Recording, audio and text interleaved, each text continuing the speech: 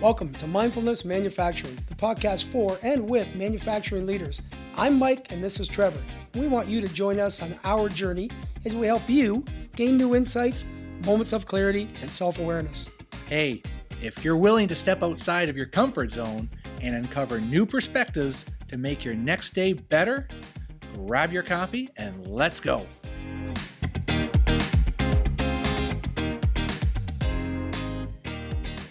Good afternoon. Welcome. It's a pleasure to be here. We're a little bit different setting for us in the podcast journey. We're nestled in by a nice stream, lots of trees, and a beautiful sunshine coming in through the windows.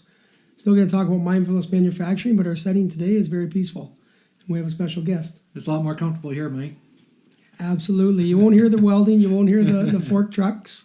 That's okay. That stream out there is the Aramosa River. Nice. We are nestled in Ontario here. A great place I'd love to come and visit with Brian Skerrett. Brian was a personal coach of mine for over 15 years, and it was the first person to introduce me into mindfulness. And we want to welcome you here today, Brian, and thanks for allowing us to come to your peaceful setting. It's a pleasure. I'm looking forward to it. So we got some great listeners here that are driving into work and are living in the chaos that you've always tried to help us see through. So maybe just for the people that don't know you as well, instead of me doing a long introduction, how did you get into this space of coaching and training? I began my career as a school counselor and a coordinator of student services. And when I was doing that, we used to bring the board that I worked for brought Stephen Covey in on a number of occasions. And I just loved what he had to say and thought, boy, this is something that I would like to do myself. And he talked about mindfulness and meditation and being true to oneself and high levels of integrity. And he lived, I think he lived what he spoke about.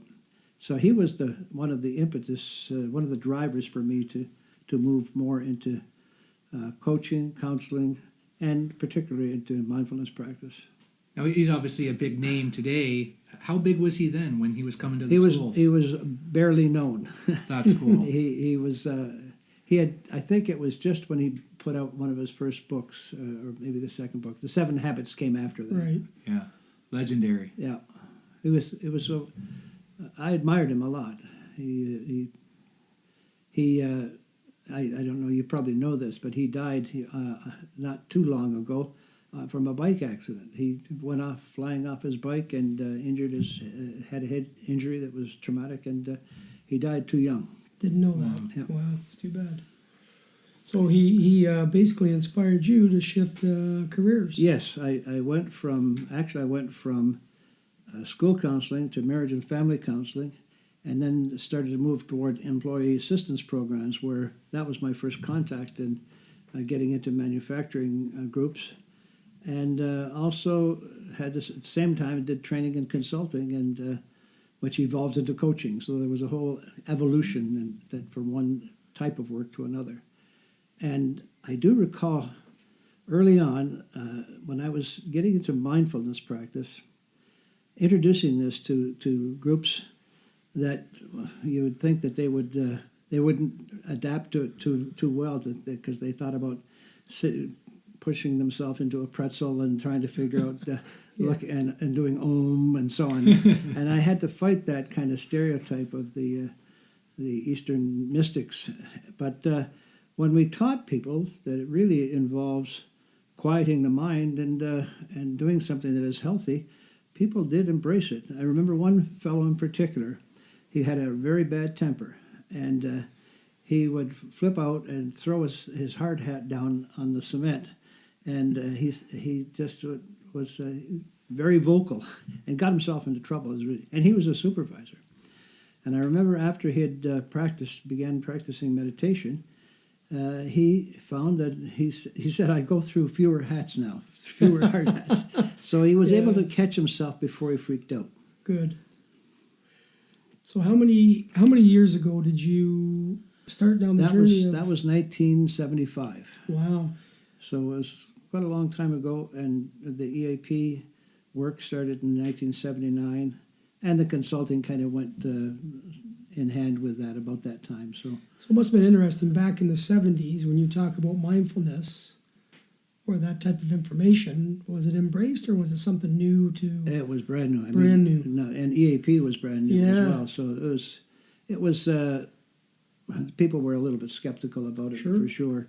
So what's the connection, Brian? Like for those listeners that may, that just take employee assistance programs, EAP, it's just there.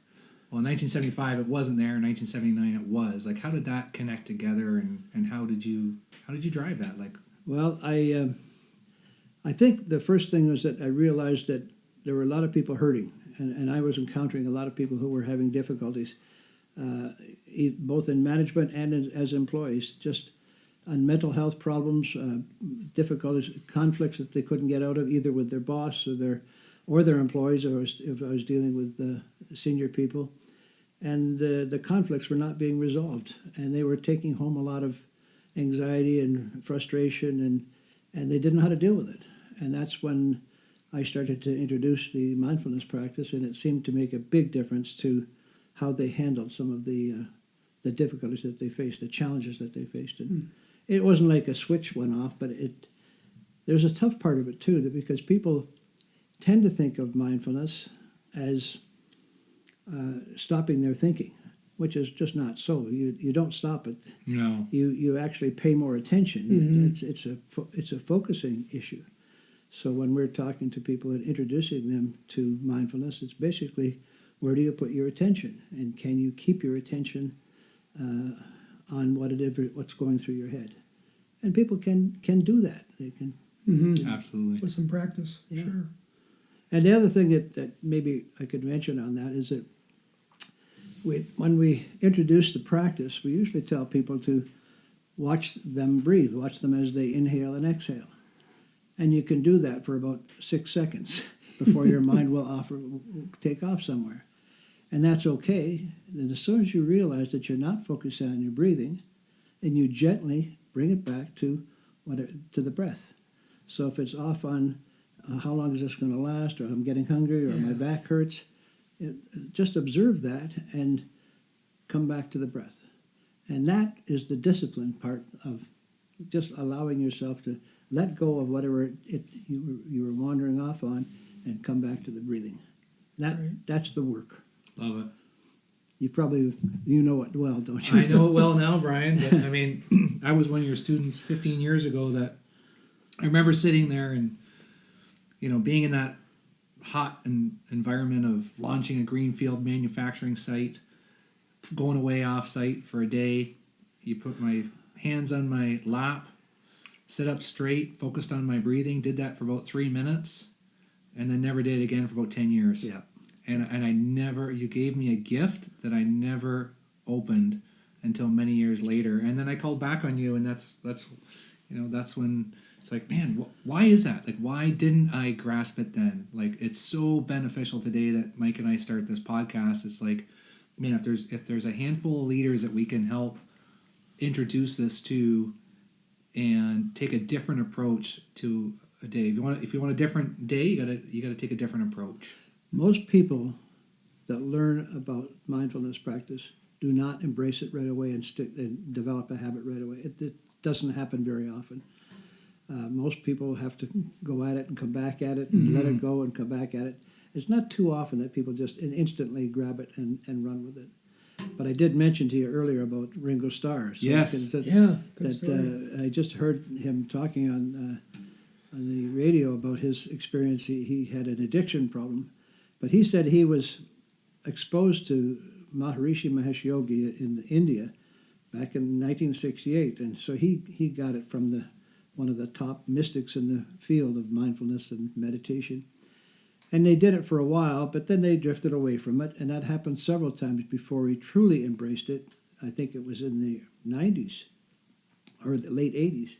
And then when he was trying to deal with his alcohol addiction, I think that mindfulness had a lot to do with having him succeed in becoming clean.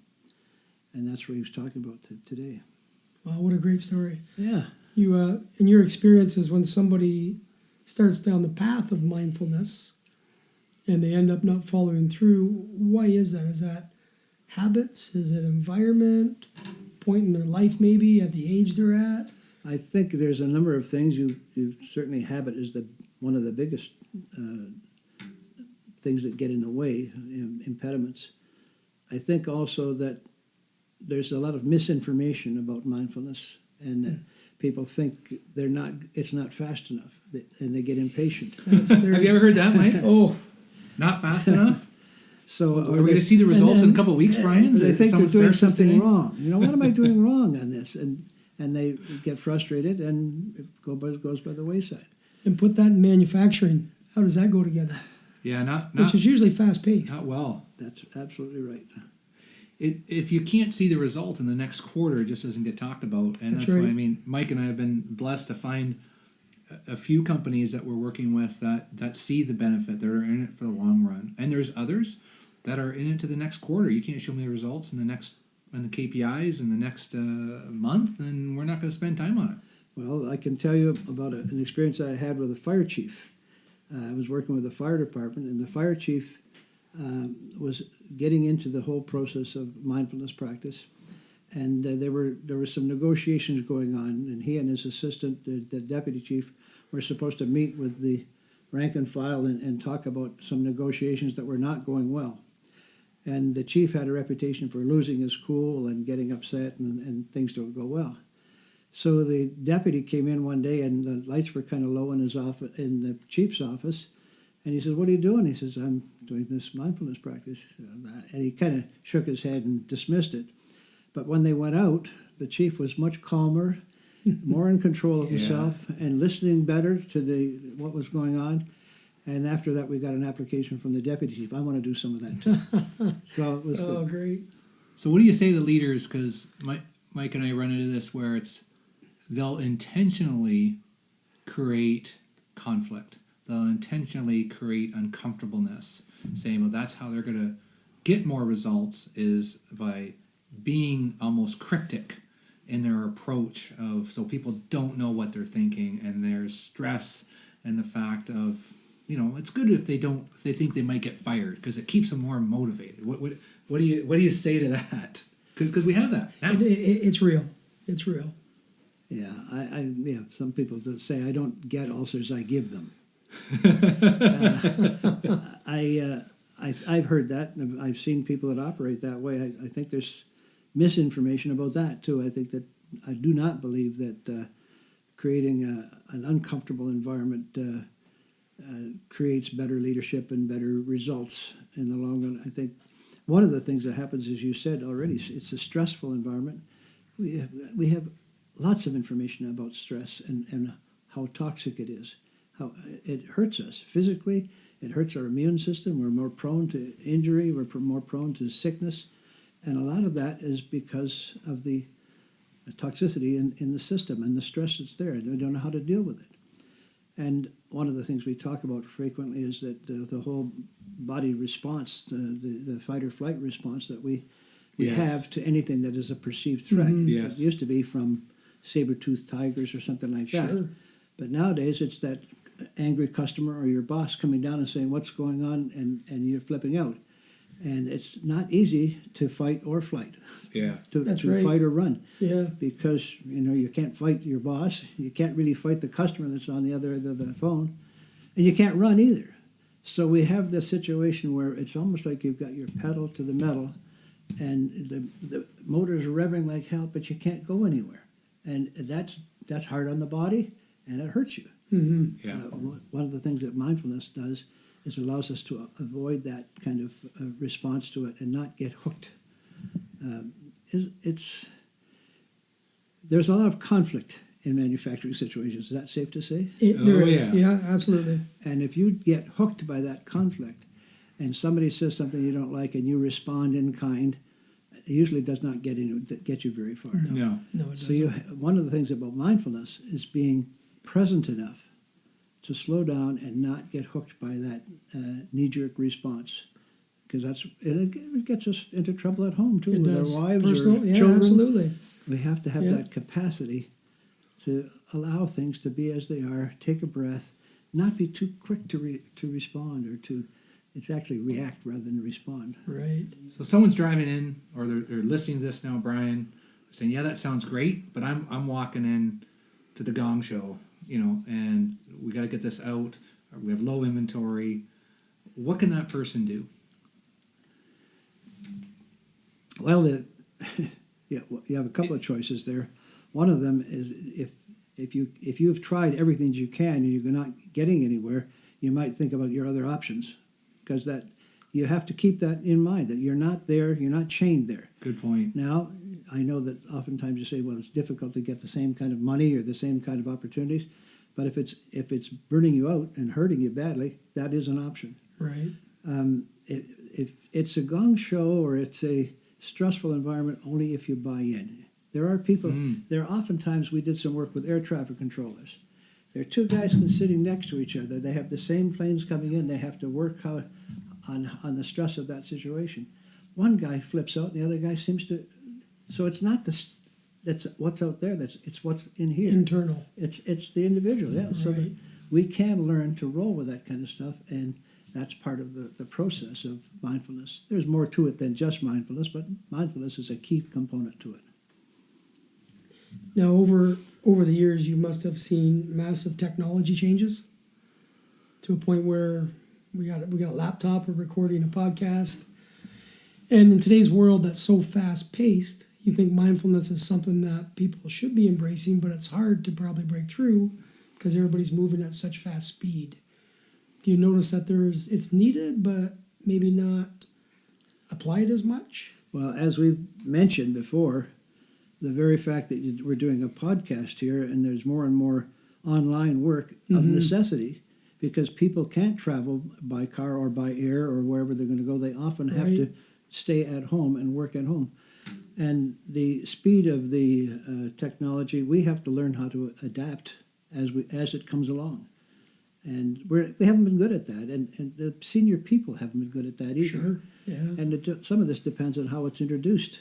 I remember we had in the early days of the computer, one of the women had somebody come in and plop this computer on her desk, and she was on her own. She had to figure out how to make it work and so on, and it was a terrible introduction to this high tech. Yeah. And that's not uncommon for the inadequate training or being compassionate and understanding what's going on from the standpoint of the person that you're instructing or that you're giving this task to. Mm-hmm. That's, again, mindfulness is a major component of communication. Being alert to how is my message being received? Am I coming down from top down and the person's frightened, or is the person intimidated? Do I keep it into two-way communications, or is it one way and I don't expect any response? This is my kind of leadership 101, but it's a critical component of the mindfulness. So 1975, you kind of start on the journey. 1995, Daniel Goleman comes out with Emotional Intelligence. What kind of an impact did you see at that point in time, Brian? Was it a slow? Did that help? Did you see that awareness change when that started, or is that still happening now? A lot of these things, as you know, become the flavor of the month, and people embrace them for a short time. Emotional intelligence was embraced for a period of time, and then people move on from it. It does take a committed leader to embrace these things and to stick with it, not to just move on to something else. Mm-hmm. And so it takes some courage to do this kind of stuff. Oftentimes, the culture kind of expects you to go on with something else and fresh and new and so on, rather than staying with something that is really valid and good if you give it the chance to take. And it didn't disappear. There's still lots of stuff on emotional intelligence, but it wasn't wasn't embraced entirely in the way that it could have been. Mm-hmm. And so where do you see it 10 years from now? Oh, that's a dangerous one, because I think we have. I'm going to speak entirely from the heart here. That's good. This podcast is about. I think we have big issues ahead. The one example is the whole idea of a continuing pipeline which is going to keep the oil flowing, which is going to keep the cars going, and so on. And yet, on the other hand, half the Canadians want that. The other half of the Canadians, not the other half, another more than half of Canadians want significant action on climate change. And these are two almost bipolar, polar opposites. And For sure. what do we do with this? And that's our current government now is faced with that. How are they going to do that? So, in a leadership position, the leaders and all the companies are going to have to be very good at adapting to a turbulent. You think it's turbulent now. I remember back in 1970, I think it was, there was a book called Future Shock. And they said that the change was coming so fast now that people were disoriented and couldn't keep up with change. Now that's 40, 50 years ago. And the change it's not slowing down, it's going to increase. So we have to learn how to adapt on the fly. And that's a big part of leadership. It is. Does that respond to your question? Yes. Yeah, that's good. And it's just how does it end up sticking, right? For me, sometimes I sit there and think, man, 1975, you and Stephen Covey are having a conversation on this. 1995, emotional intelligence gets on the map. It's 2019, and we go to different manufacturing plants. There's so many that still aren't even aware, let alone open, let alone committed to really invest into their people, really look at and I can remember, I always like the dual path of leadership. That's you. Yeah. That's yours. And that was a long time ago. And there's still little focus on that, but a lot of focus on turnover. Turnover is like one of the biggest costs still. So why, after this much time, this much information, does it still repeat? That manufacturing just seems to repeat to people. People have told me, like, Trevor, just go to a different industry. Because this industry of manufacturing is not as open to that. And I'm like, well, no, that's our drive. I think that part of the difficulty is the size of our enterprises too. But when we get so big, it's difficult it's like the Queen Mary. How do you change the Queen Mary when it's going along at so many knots per hour? It's such a monumental change for these large corporations to make a change. A smaller company, they can adapt. They can move, and they can be more adaptable. So I'm not sure how the companies that are super large companies are going to. I don't know if they're going to be as successful as some of the smaller companies in responding to the challenges down the road. Interesting. Yeah, that's a good point. The one thing we've noticed that the larger organizations, say 2,000 plus people, the more need for investment into the leadership structure, meaning that they have the direct impact on the people to shape the future of the organization. So for Trevor and I working with the manufacturing clients, we always want to work with the top level because it has the greatest chance of going down to the other levels and turning into a very positive investment, which is around the mindfulness, emotional intelligence. Well, can I read a quote for you? Absolutely. Yeah, sure, absolutely. Okay, I'm just going to, I think I have it here somewhere. Yeah, we'll keep this dynamic, keep it moving. Yeah. Here we are. The economist John Kenneth Galbraith, very famous. Do you know where he's economist. from? He's from Canada. No, you know where he's from? Where specifically? My hometown, London, is Dutton. it? No, he's my neighbor in Dutton. Is that right? Well before me, but our library is Yeah, named yeah. after him. He worked with Kennedy That's in the amazing. day. Yeah, he's from Dutton, Ontario. Small world. So he Yeah. he wrote, faced with a choice between changing one's mind and proving there is no need to do so, almost everybody gets busy with the proof. So in other words, if rather than change our mind, we have to prove that there's no need to change our mind. Leo Tolstoy was even bolder. Now this one grabs me. The most difficult subjects can be explained to the most slow-witted man if he has not formed any idea of them already. But the simplest thing cannot be made clear to the most intelligent man if he is firmly persuaded that he knows already, without a shadow of a doubt, what is laid before him. Wow. So it's, Like it. if you think you already know, you're not open to Yeah, that's learning. right. Yeah. And this is, I mean, as far as leaders is concerned, Yeah. that's we are stuck with a number of people who are unwilling to listen, unwilling to learn. And you have to be able to say, I don't know. I want to learn. That's so true. So true.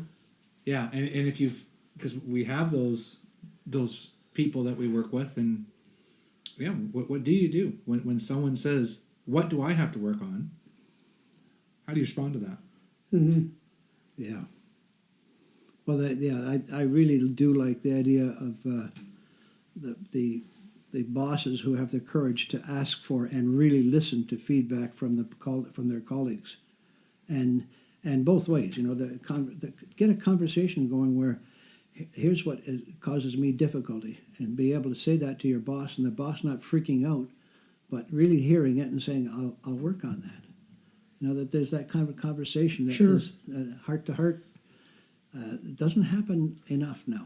I think it's Skill set's not there; it's not practiced. no. And because we've asked that question when we have a group, like a senior team together, who's the last person that's asked for feedback from someone else at this table? Yeah. And what do we get, Mike? Nothing. Nobody. Yeah, it's typical response. Yeah. And it seems like it's getting, at least in manufacturing, it's going to the extreme end where people just don't want to take the time to even hear about I it. can give you an example where there was one company that they had the feedback papers, you know, the 360, Yeah. and they something like half of the people said that the CEO or the president was hard to reach, it wouldn't listen, and difficult to work with, and so he came and met with them, and he said, "Gee, I thought I was doing pretty good at that. What do you think?" And they said, everybody around the table said, "Yeah, we're doing really good at that." Wait a minute, there's something wrong here. Yeah, for Somebody wrote this information, Yeah. but they all chickened out. Yeah. It's courage over comfort. We say that a lot. Yes, we do. And you know, what you think about your example you just gave, Brian, is when somebody fills out a survey online or whether you're doing it on a piece of paper, typically they'll give what they feel, but when it comes time to actually directly influence the person, Yeah. it becomes kind of a yes man or yes type thing, Well, which turns into a really tough environment. I could probably spend a lot of time on that whole topic, and Yeah. it's around trust. Exactly. It's a fundamental piece of a solid team. Mm-hmm. How do you build trust? How do you maintain trust? That's and there has to be some risk involved, Yeah, for sure. but that's something that's sadly lacking. It is. And it feels like it's getting, I think anyways, when we come across, everything is moving quickly, and trust is the last thing we discuss. When we're talking teams, we're usually discussing strategies, Yeah. shop floor tactics, customer tact times, not really discussing the investment in the people side. And they're missing the boat. Yeah, That agreed. is just not gonna. That's not gonna cut it. Agreed. That whole advancement of artificial intelligence to emotional intelligence, where the technology side, I mean, we're in some amazing times. Like every year, there's a significant change of some source. Yet we find these people that have been promoted that are so smart and so technical and can manage so much and can't sit across from another human being and ask for feedback. Yeah. Crazy. That's very true. And there's no place in our system of whether it's schooling or post-secondary or different training, there's no requirement to do that. There's no requirement to interact with others and understand how to ask questions, how to actively listen. And there's this space. That's why this podcast is out here.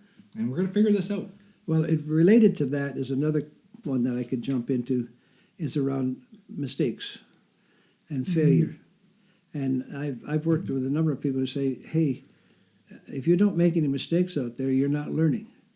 That's a different kind of leadership than if I'm gonna have your balls on a platter and say that if you make a mistake. That's okay. Yeah, it's making something. mistakes is important in terms of learning. So how can we make this better next time? What can we learn from this?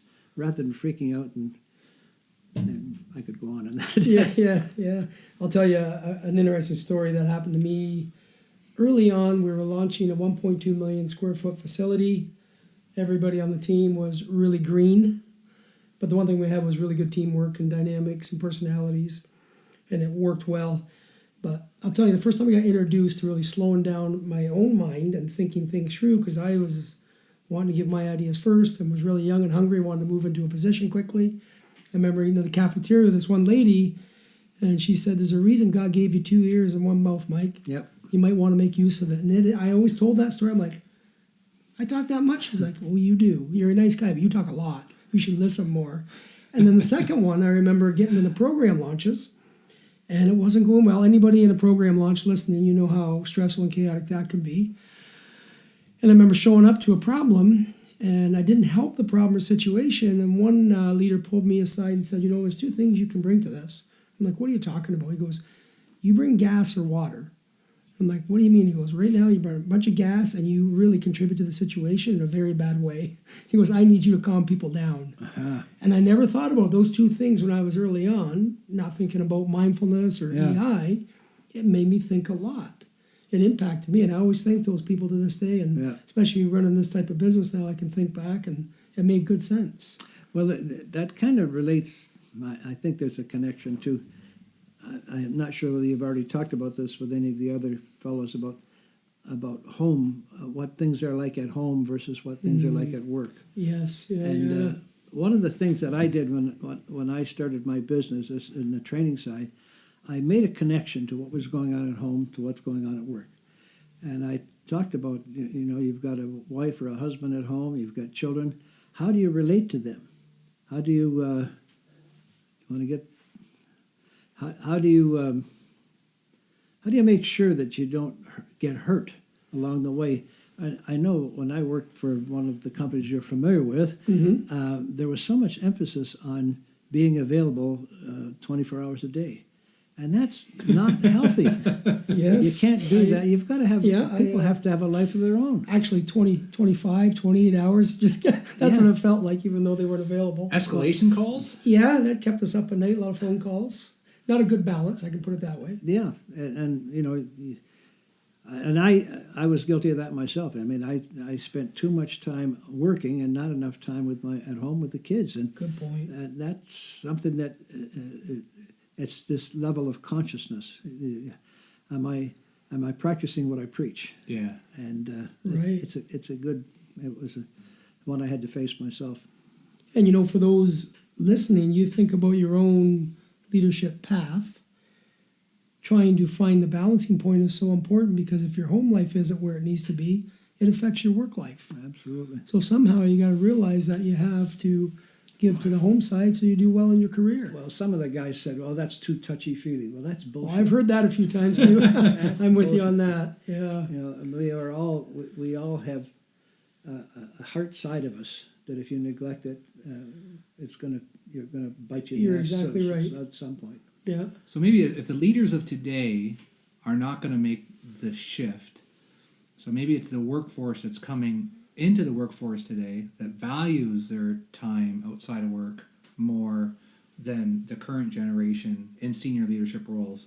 So maybe that's how it's a bottom-up change, where as we are bringing younger people into the workforce, they're not going to answer the phone 24 hours a day. I think that is true. Mm-hmm. I think that's definitely true. And I think people like yourselves, your task is going to be to find. You may have to look a little harder, but to find the right people to work with. Yes. Not to force you Agreed. to try to push too hard to get somebody who is just not there. Don't waste your time with them. Move on to somebody else. Agreed. Yeah, definitely a personal reflection is, for me, is just being more aware of others, and the fact of just because I think that they can change doesn't mean that they want to change or they can change. Yep. And leave that alone and better recognize those that are wanting to do something different. Yeah, it's a partnership.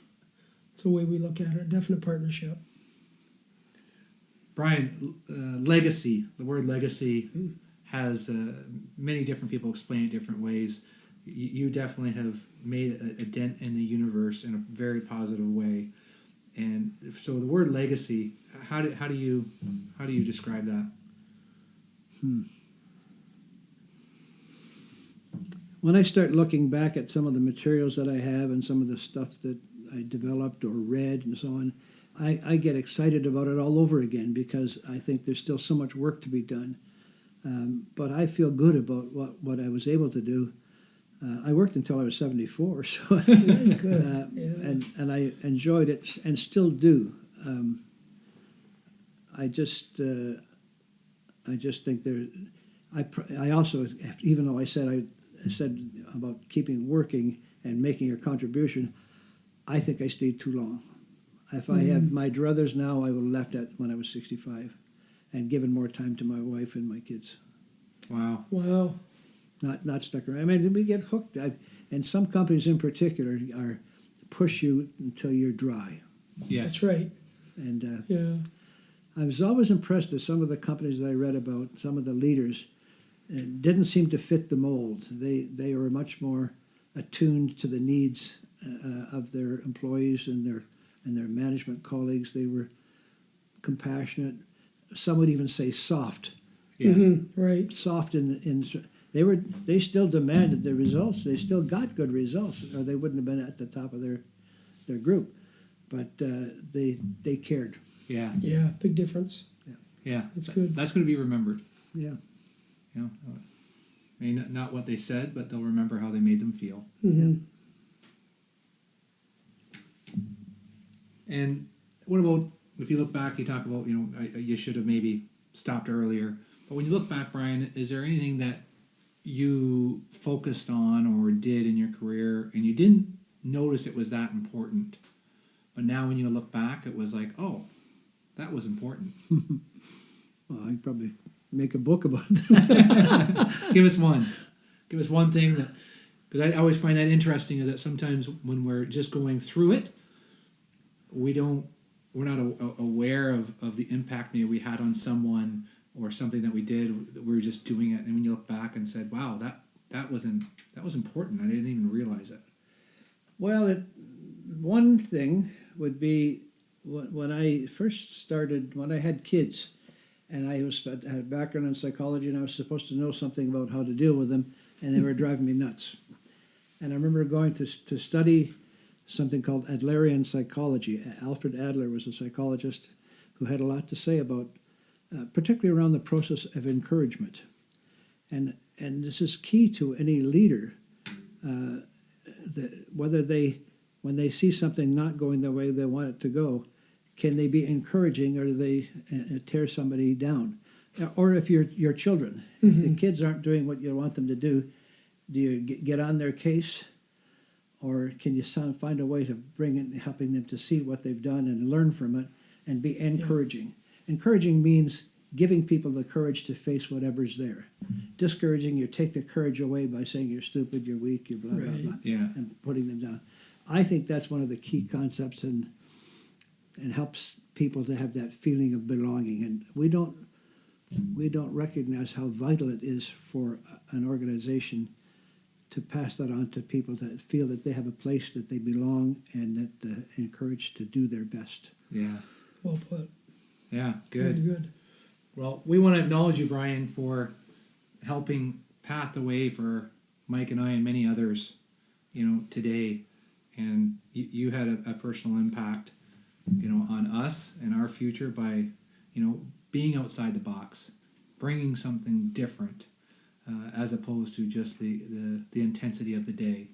So thank you for everything that you've done, Brian, and you've helped so many people. So and you're still you're retired, but still helping right at this moment. Yeah, thanks for the opportunity. I hope that this works well and that you can move into the coaching and do a lot of good stuff one-on-one with people.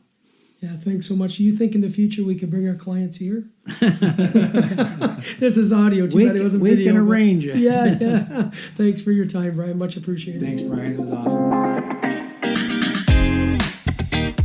Hey, guys. Thanks for taking the time and joining us today. We had so much fun. Please remember to subscribe. It's free. Share it with colleagues. Look for our next episode in a couple weeks. If you want to drive results, the first step is realizing how you show up. That's the essence of mindfulness in manufacturing.